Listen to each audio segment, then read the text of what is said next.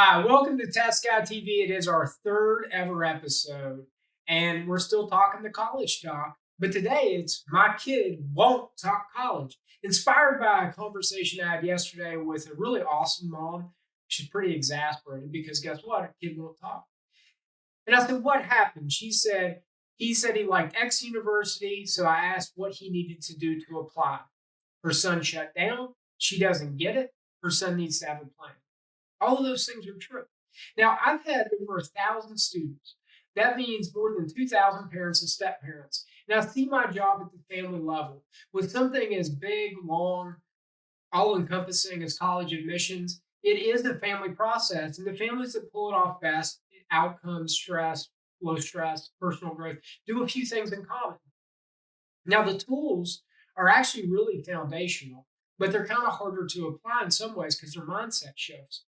So, as a parent, if you're watching this when it's released mid January and you have a junior or younger, you really only need to be ready for this conversation in three big ways.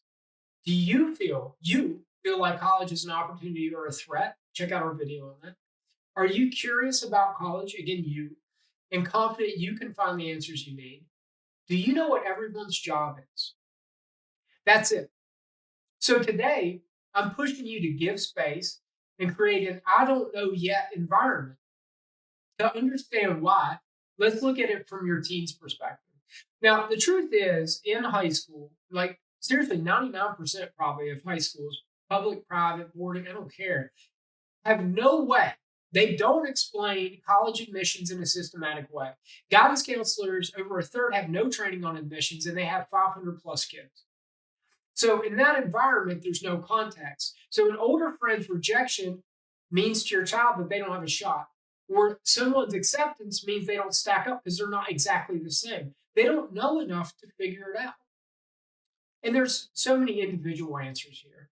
Not only that, but what they do here is often in conflict from cousins, friends, teachers, TikToks, Instagram, whatever else.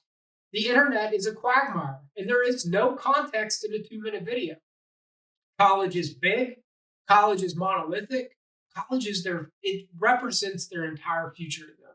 But they don't know much, and what they're hearing doesn't make sense, and they might be afraid of the future or of college or of adulthood, or they might be afraid of saying something stupid, or they might be afraid of being held to something they mean casually. I'm the big offender on the last. When we as parents want to engage with our kid on something that they don't really want to talk about, we take the most casual comments as commitment. It's the exact reverse of what we experience when they're little and you say something like, "We may go get ice cream," and then an hour later, "But you promised," right? If they say, "I think this is a cool business school, mom," it does not necessarily mean this is my first choice. And there's one more big thing. They know this is on them, but they don't know what ways. They feel like this is different. They know it's different. You said it's different, but what responsibilities are theirs? What are yours? What's shared? We're going to make a video on this at the end of the week. So it comes back to autonomy versus independence or dependence, excuse me. So back to the three foundational tools you need.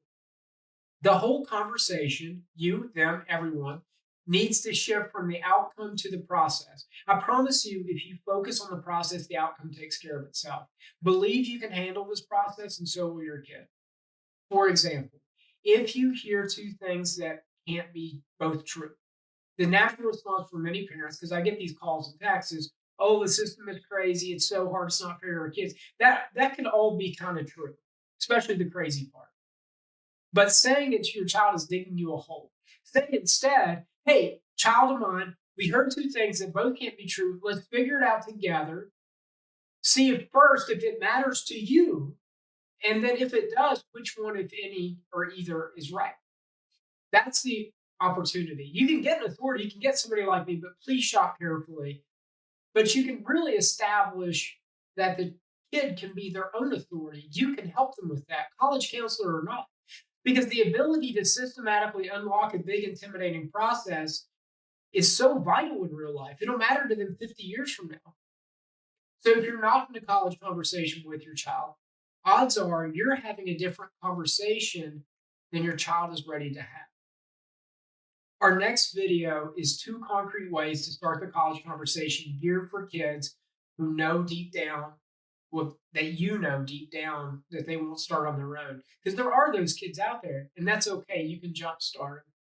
So that's all for today. Thank you so much for watching. I answer all comments and messages personally. Please give us a follow. Have a great day.